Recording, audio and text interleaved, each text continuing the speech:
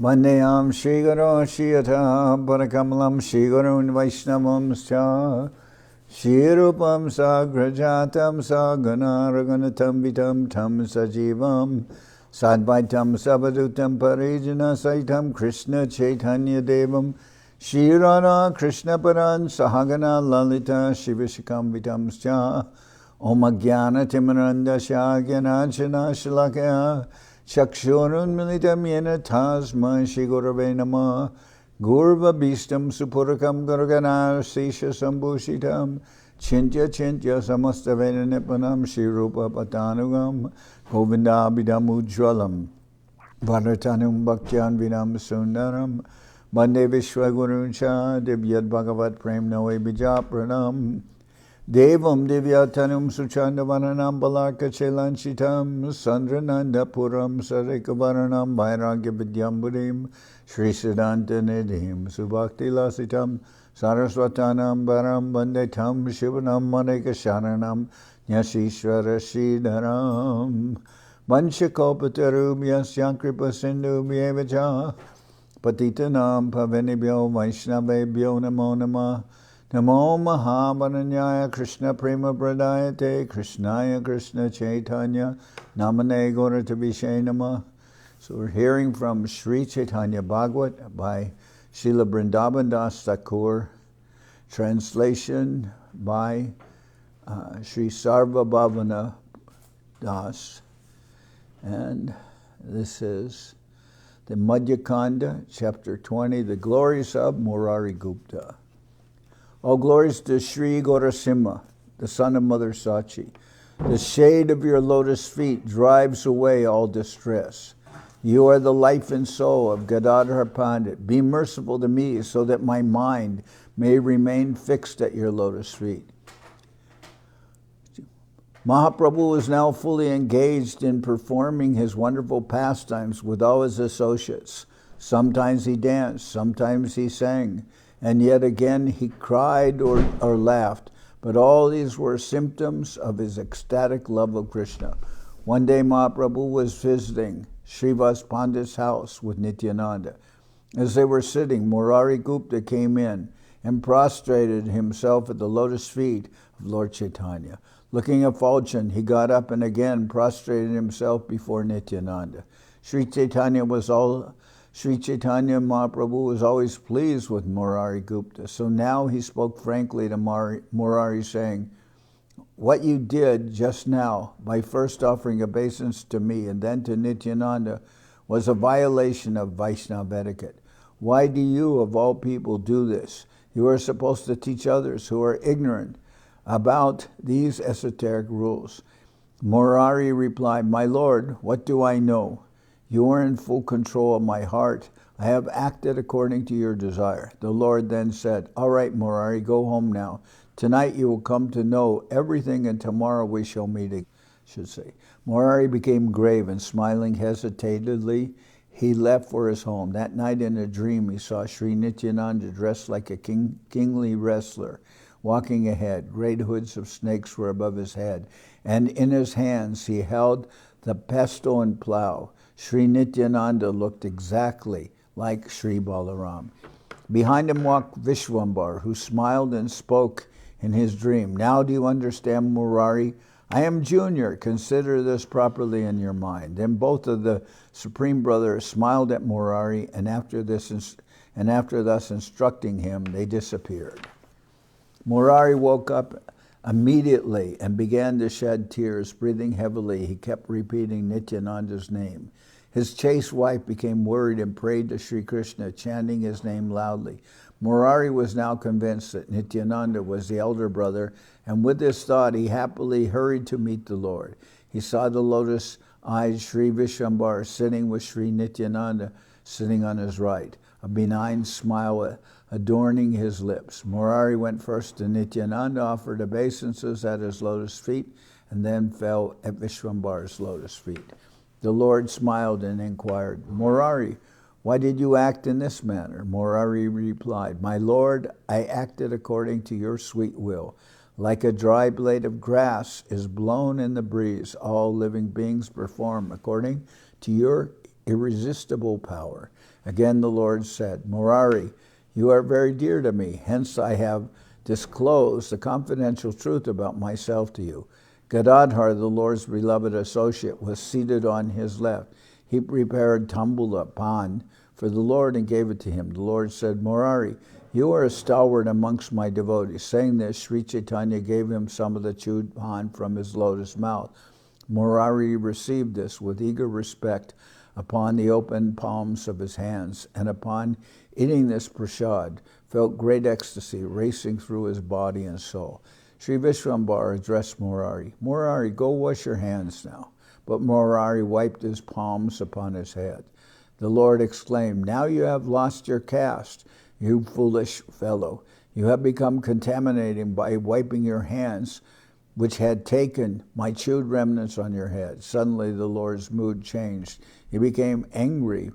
Grinding his teeth loudly, he began to manifest his supreme identity. He said, a sannyasi named Prakashananda, living in Kashi, has the audacity to try and inflict pain upon my person.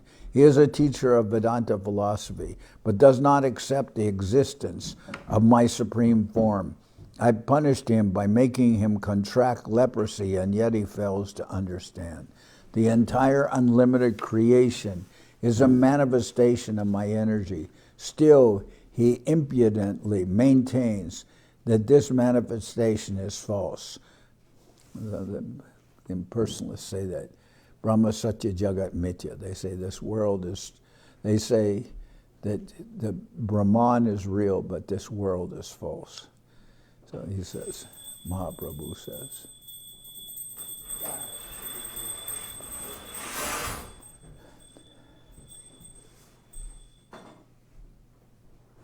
The entire unlimited creation is a manifestation of my energy, but he impudently maintains that this manifestation is false. Murari, you are my trusted servitor, so I am telling you the truth. Those who do not respect my form and personality, they inevitably perish. Lord Brahma, Lord Shiva, Lord Ananta, and all the demigods serve the lotus feet of the Supreme Lord as their very dearest object. The mere touch of the Lord's body can cleanse one of all contamination, and yet these shameless rascals deny the Lord's form.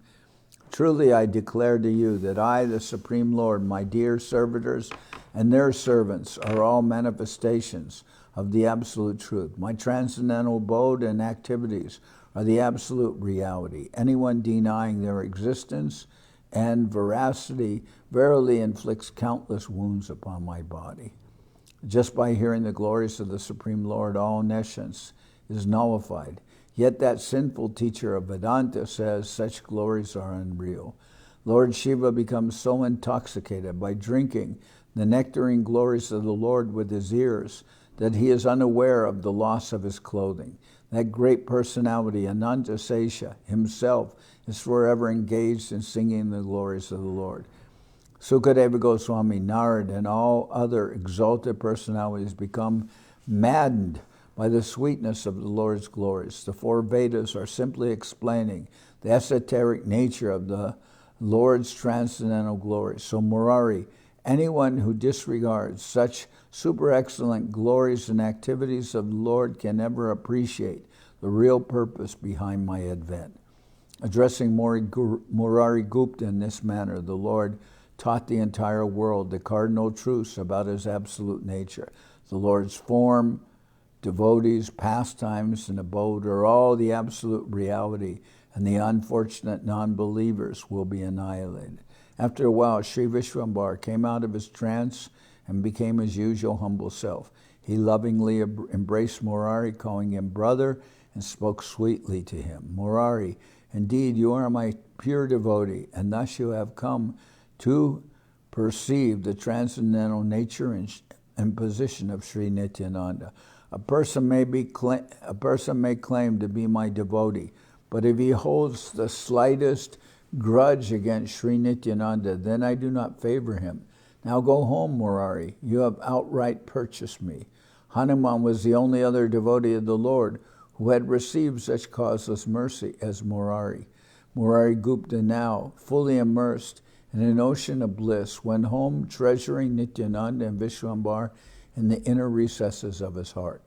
Murari was drinking nectar within, and his behavior became inconsistent. He would say one thing, but do quite something else, loudly chuckling to himself. Exuberantly, he called out to his chaste wife to bring his food, and she hurriedly brought his plate. Murari Gupta, fully intoxicated with love of Krishna, mixed the rice with the ghee and called out, "Krishna, come eat, eat." He took the mixed rice in his hand and picked it up as if to give to someone, then began to strew the rice all over the floor. His chaste wife stood there watching and laughed, but kept supplying fresh rice to her husband. She knew well that her husband was a very exalted devotee of the Lord and called out Krishna's name, reminding him to be careful. Sri Chaitanya, always attentive to the wishes of his devotees, accepted all the food offered to him by Murari, keeping his word to Murari. The Lord then personally came to Murari's house early next morning. Murari was then constantly chanting Krishna's holy name, and as soon as he saw the Lord come, he paid his obeisances and offered the Lord a seat with great love. After the Lord had seated himself comfortably, Murari inquired, "What brings the Lord here?" Sri Chaitanya replied, "I have come to be treated for indigestion." Murari asked, "What has caused this indigestion? What have you eaten yesterday?" The Lord said, "My dear fellow, how will you know? I have taken all that you offered me yesterday, throwing the food on the ground and saying, 'Eat, eat.' You have forgotten, but your wife knows everything. Since you offered it to me, how could I refuse? Now you can treat me for eating your rice and my inability to digest it. But the fact is that I am suffering from indigestion due to eating your rice."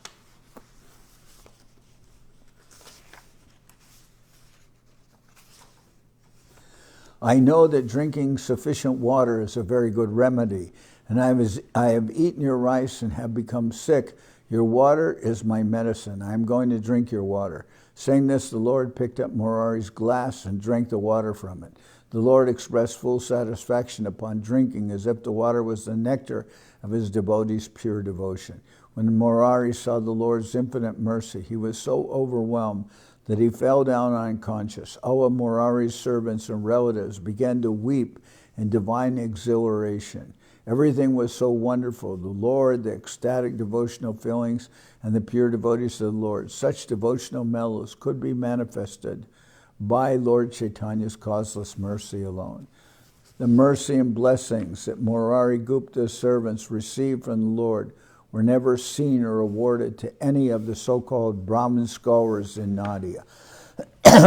Material knowledge, wealth, and distinction are futile, but by becoming a servant of the Lord, one is rewarded with the greatest boon, loving devotion to the Lord.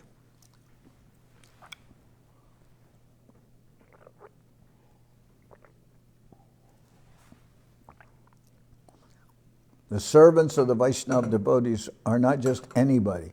The Vedic scriptures describe them as the most elevated souls. Such were the extraordinary activities of Murari Gupta. The Lord showered his blessings on Murari constantly.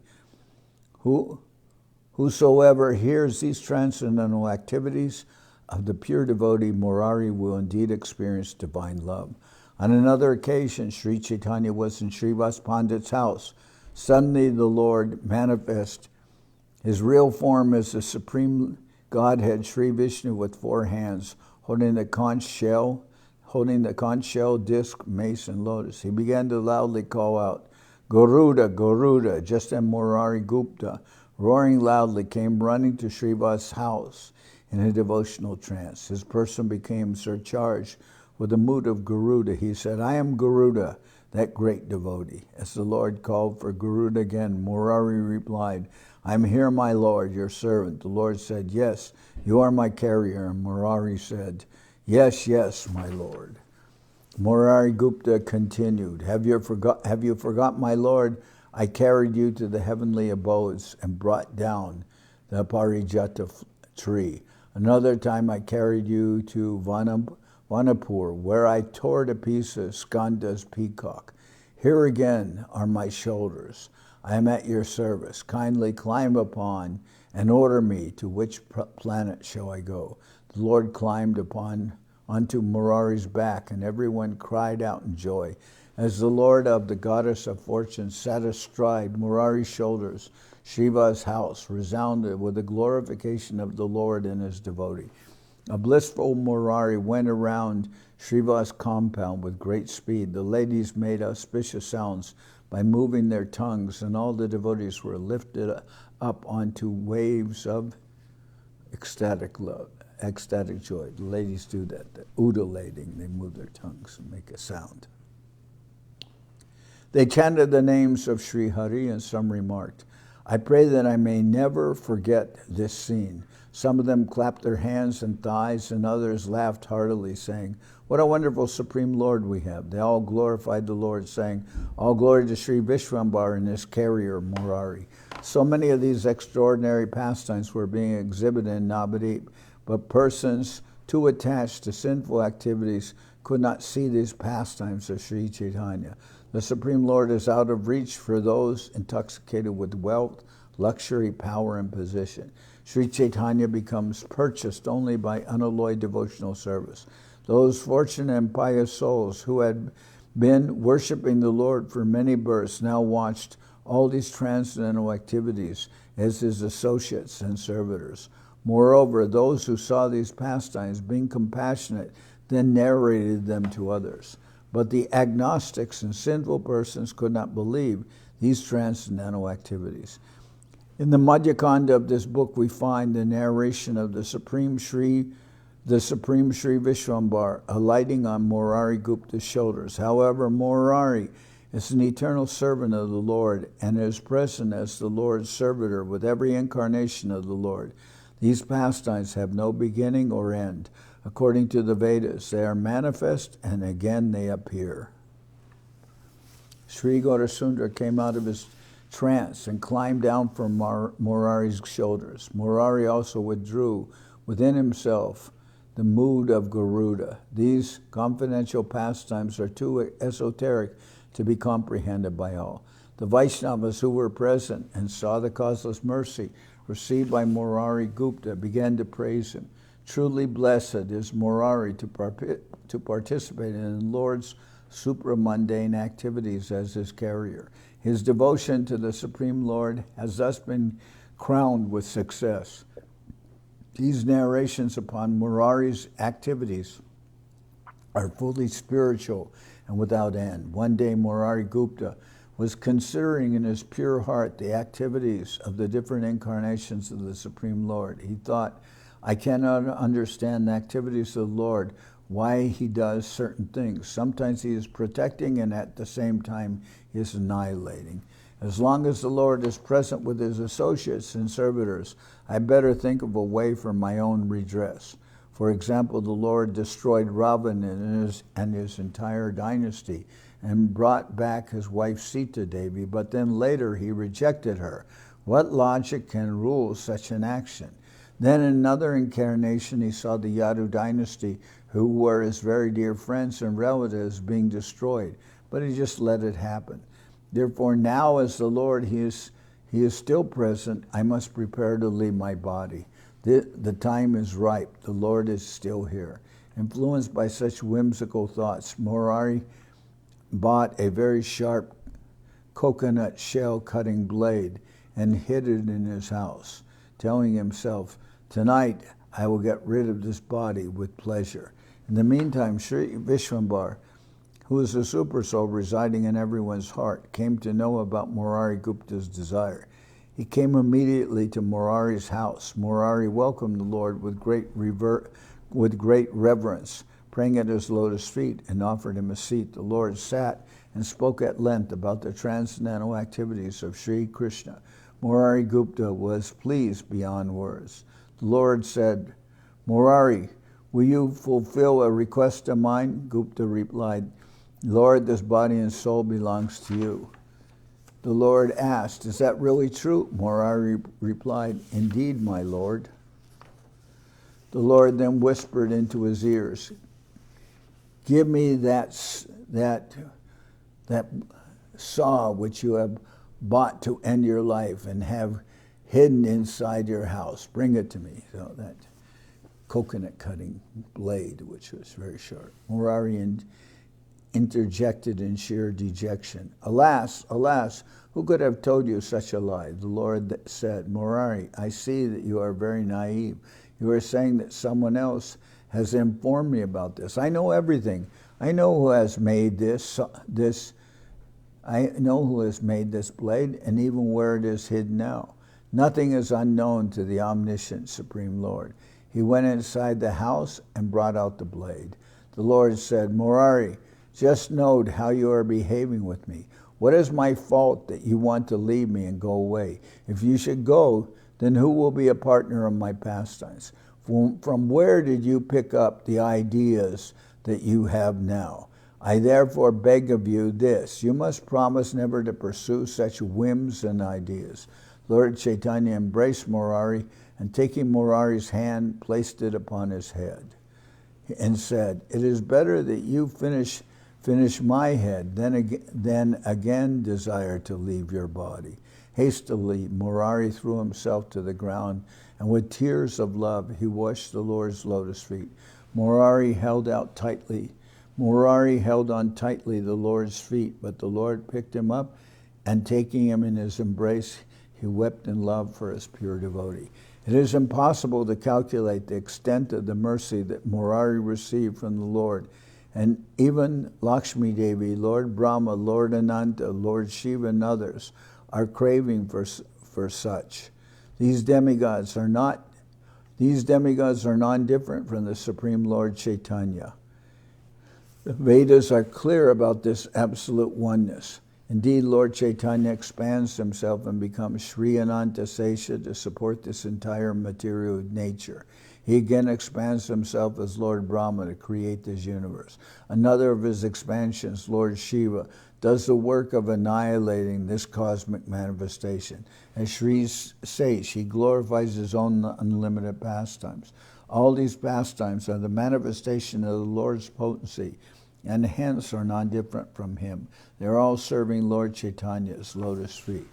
The potency of Sri Chaitanya's name is unlimited.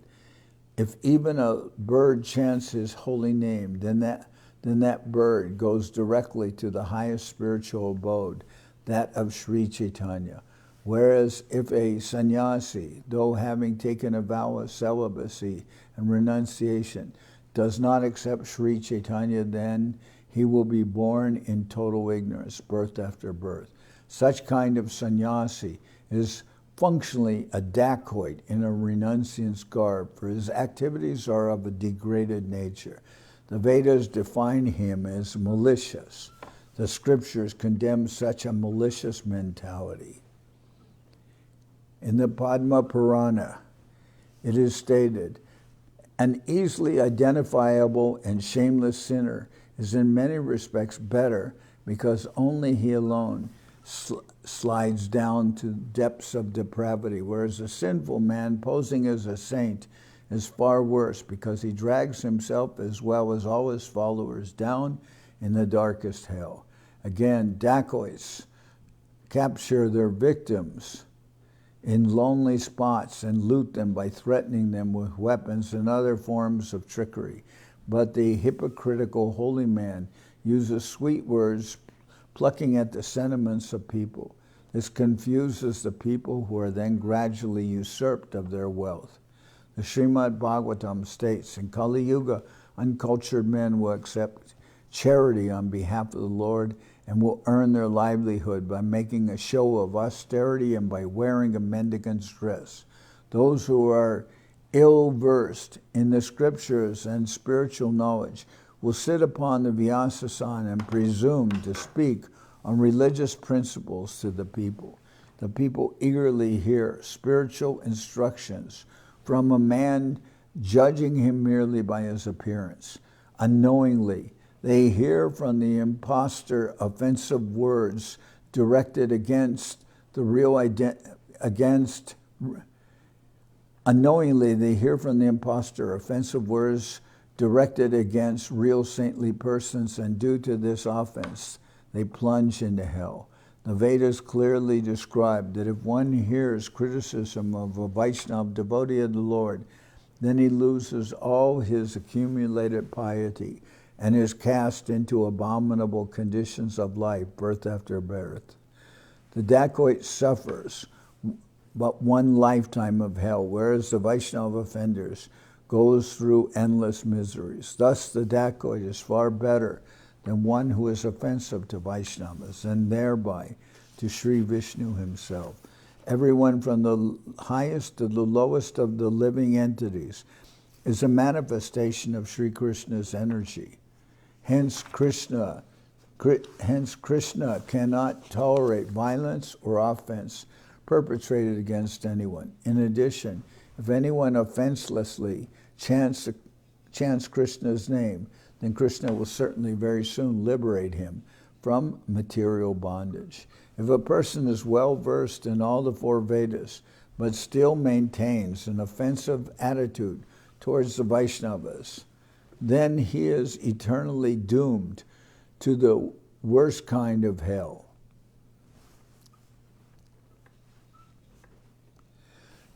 A person may study and teach the Srimad Bhagavatam for the purpose of sense gratification. In this way, his intelligence is destroyed, and becoming misguided, he commits offenses at the holy feet of Sri Nityananda. Thus, he brings about a great disaster for himself. Sri Chaitanya mercifully revealed his transcendental pastimes in Navadip, yet the offenders are insufficiently fortunate to understand or believe in them. As for those who are attracted to the lotus feet of Sri Chaitanya, their association is intensely desirable. Equally undesirable is the company of those yogis, masters of all the 8 mystic perfections, if they are averse to surrender at Sri Chaitanya's lotus feet. Lord Chaitanya finally pacified and satisfied Murari Gupta, and being thus pleased, went home. In this way, Murari Gupta was relishing the Lord's association and pastimes. Murari Gupta's experiences and good fortune were so wonderful that I'm still now unable to fully describe them. It is by Sri Nityananda's mercy alone that I have heard and realized a little about the glories of such a Vaishnava as Murari Gupta. May Sri Nityananda be my eternal master. It is by his grace that I am able to develop attachment to Sri Chaitanya.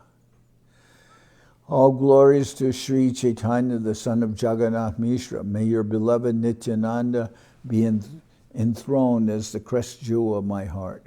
My greatest meditation is that Sri Vishwambar is the most precious to my beloved Nityananda Prabhu.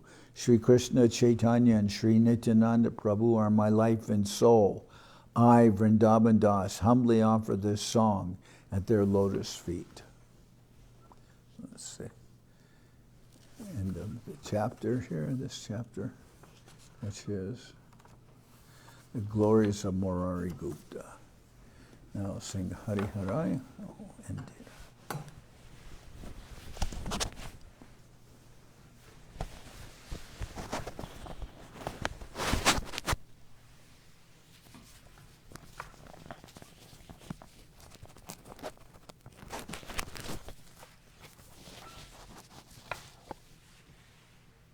Hari Haraya Nama Krishna Jadavaya Nama Hari Haraya Nama Krishna Jadavaya Nama Jadavaya Madhavaya Keshavaya Nama Jadavaya Madhavaya Keshavaya Nama Gopal Govinda Ram Shri Madhusudan Gopal Govinda Ram Shri Madhusudan Giridhari Gopinatha Maranaman Giridhari Gopinatha Maranaman Sri Chaitanya Nityananda Sri Advaita Chandra Sri Chaitanya Nityananda Sri Advaita Chandra Ganadana Shiva Sadi Gora Bhakta Vrinda.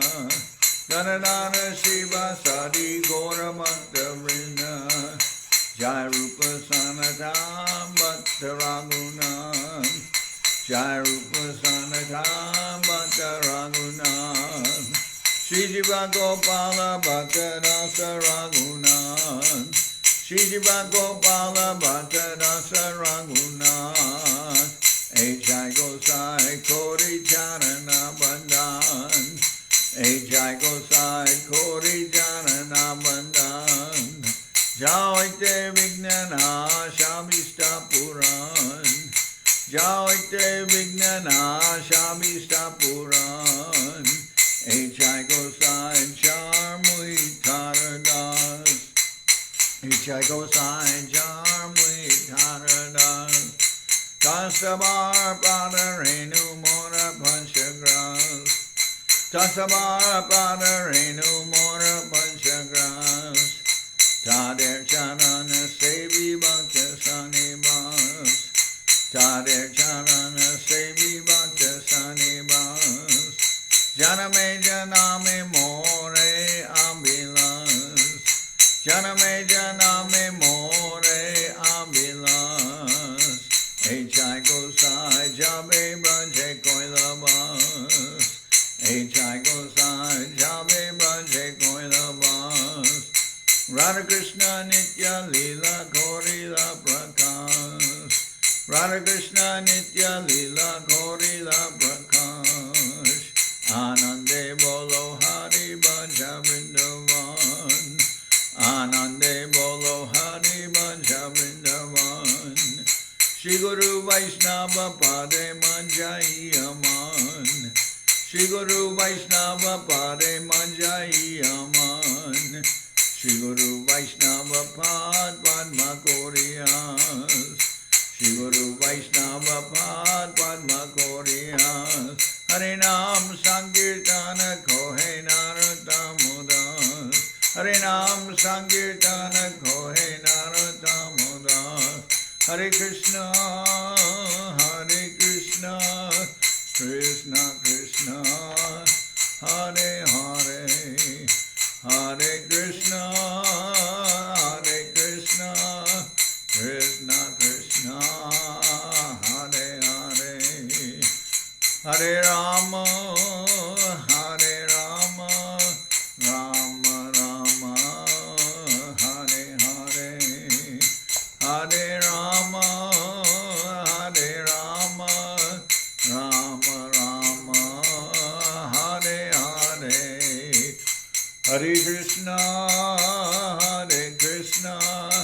Krishna Krishna, Hare Hare, Hare Krishna,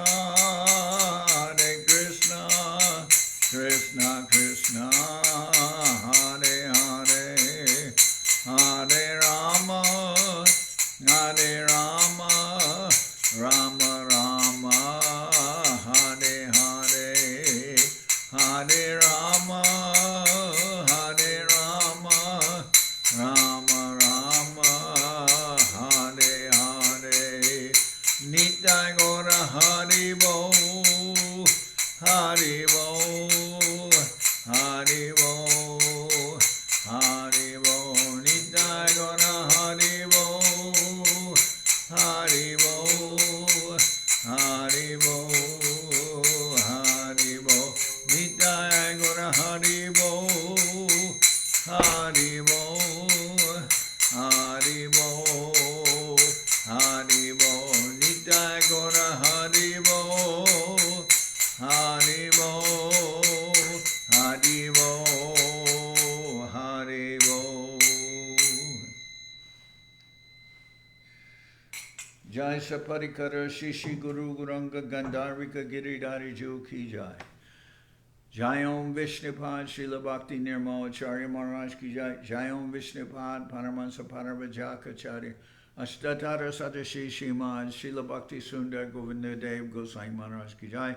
Jai Om Vishnupad Paramahansa Paravajakacharya Ashtatara Sadashi Shimad Srila Bhakti Raka Srila Dev Goswami Maharaj ki jai, Jai Bhagavan Srila Bhakti Siddhanta Saraswati Goswami Thakur ki jai, Jai Om Vishnupad Srila Gaur Kishordas Babaji Maharaj ki jai, Jai Om Vishnupad Srila Satchidananda Bhakti Vinod Thakur ki jai, Jai Om Vishnupad Vaishnava Sarvabhauma Srila Jagannath Das Babaji Maharaj ki jai, Rupanuga Guru Varga ki jai, Namachar Srila Haridas Thakur ki jai, Shri Rupa Sanatana Bhatta Raghunath, Shri Jiva Gopal Bhatta Dasha Raghunath, Shad Goswami Prabhu ki jai, Prem Sigo Shri Krishna, Chaitanya Prabhu Nityananda, Shri Advaita Gadadhar Shivasadi, Shri Gaura Bhakta Vrinda ki jai, Vishvavarenya Srila Bhakti Vedanta Swami Maharaj Prabhupada ki jai, Jai Srila Prabhupada.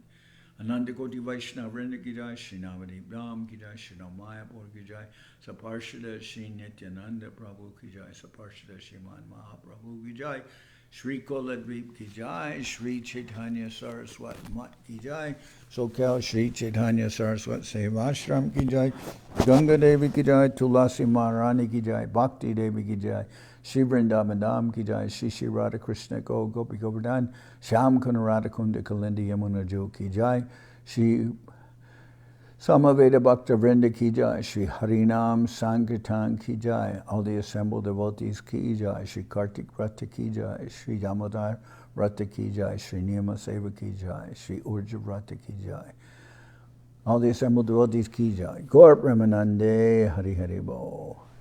Bhakti Pavan, Janardan Maharaj ki jai.